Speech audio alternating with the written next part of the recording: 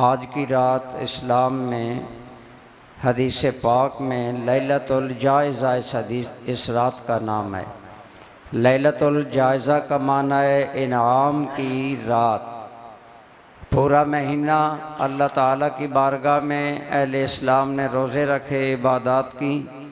आज की रात इनाम मिलने वाला है, लेकिन ये इनाम हम अक्सर मुसलमान चांद रात की खुशी, नाच गाने, मुलाकातें, तोहफ़े, तोहफ़, इन बातों में हम ये इनाम की रात गुजारते हैं।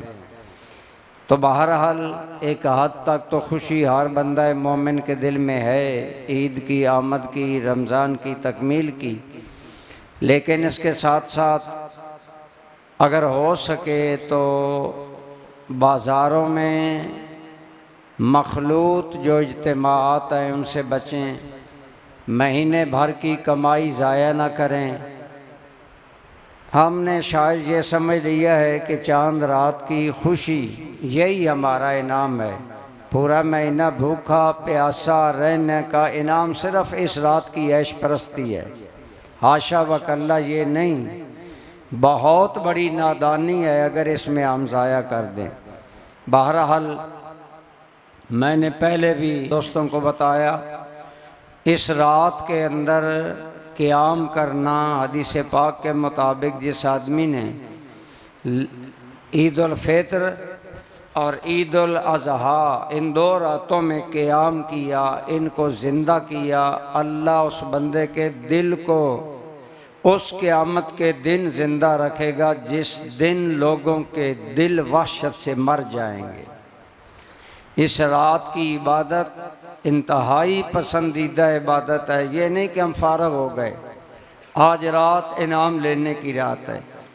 तो मैंने बताया और आप कुछ ना करें तो कम अज़ कम इशा के बाद किसी टाइम 2 रकात नफल ज़रूर पढ़ लें, ताकि आपका नाम रात ज़िंदा करने वालों में, रात जागने वालों में शामिल हो जाए। दुआ है अल्लाह ताला आपको, मुझे, हम सब को ये बरकतें नसीब फरमाए।